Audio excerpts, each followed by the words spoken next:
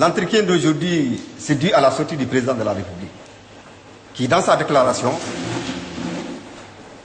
a dit qu'il allait donner des instructions au ministre de l'Environnement pour la suppression des permis de coupe au Sénégal. Cela nous a beaucoup ajusté.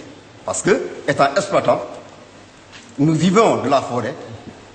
Si le président, dans sa déclaration, dit qu'il va supprimer les permis de coupe, sérieusement, cela nous a beaucoup effrayés. Au moment où nous participons activement au reboisement des forêts, à la lutte contre les feux de brousse, nous participons financièrement à la journée nationale de l'exploitation, de reboisement au Sénégal. D'ailleurs, qui va se passer le dimanche prochain. Donc, cela a resté toute la masse des exploitants, comme coopératives, menuisiers, serris et artisans. C'est le président qui a dit qu'il allait doter des menuisiers 15% sur le mobilier national. Et aujourd'hui, il veut supprimer cette exploitation au Sénégal.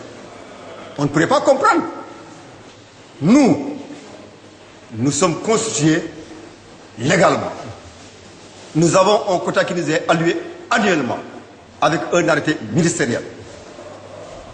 Donc, nous ne vivons que cela. Si vous comptez aujourd'hui les coopératives qui se trouvent au Sénégal, il y en a 86, dont le président est de l'Union nationale et Ablaïso, qui d'ailleurs, lorsqu'il a appris ces mesures du président, n'a pas partagé l'avis du président.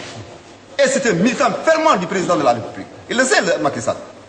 Nous avons élu Macky Sall, c'est pour au moins apporter un plus que nous avons perdu les années dernières. Mais pas pour nous tuer. Ça, nous n'allons pas l'accepter. Si aujourd'hui, dans la région, on dit que où il n'y a rien, ni usine, ni des revenus autres, là où les manques sont en train de pourrir, si on dit que maintenant on va supprimer, nous n'allons pas entrer dans la forêt, Macky Sall n'a qu'à revoir sa déclaration et rationaliser cette exploitation. On était d'accord avec lui lorsqu'il a dit que je vais freiner la fraude. Lorsqu'il a impliqué l'armée dans la lutte contre la fraude. On était d'accord.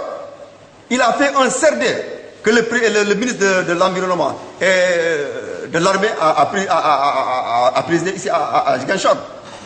Mais dans les exposés des deux commandants des eaux et forêts et du commandant de la zone sud, il n'y a ni de près, ni de loin, une défaillance de ces organismes-là, coopératives, séries et menuisiers.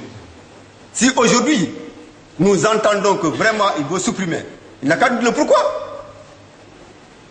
Et nous n'allons pas nous laisser faire, parce que nous sommes des Sénégalais à part entière. Il a parlé du développement de la Casamance. Mais nous, les exploitants, on ne s'est pas vu dans ce développement. Si, mais pourtant, nous contribuons à régénérer cette forêt-là. Et créer des emplois aussi. Et créer des emplois. Si vous voyez les menuisiers aujourd'hui, chaque menuisier a moins 50 à 60 apprentis avec lui, qui survivent de cette menuiserie. Les séries, si vous comptez aujourd'hui les séries, ils sont à 50 à 60 employés, chaque série. Les coopératives, il y a 86 coopératives au Sénégal. Chaque coopérative, il y a au moins 300 membres. Est-ce qu'il faut tuer toute cette population-là?